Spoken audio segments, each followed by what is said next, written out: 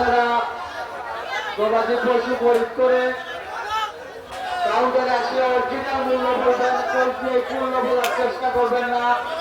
যদি প্লেট বলে রসিদের টাকা কমানোর জন্য অরিজিনাল মূল্য লুকিয়ে ফেলেন, তাহলে আপনার কুরবানির উপর ইজারাদারের পূর্ণ দাবিটা দিবে। এই অল্প টাকার জন্য আপনি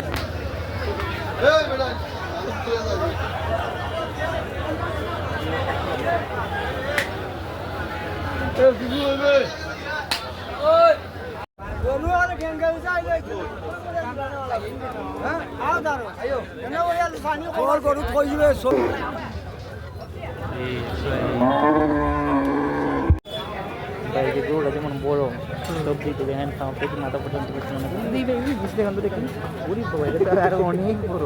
তো আলু আলু আলু আলু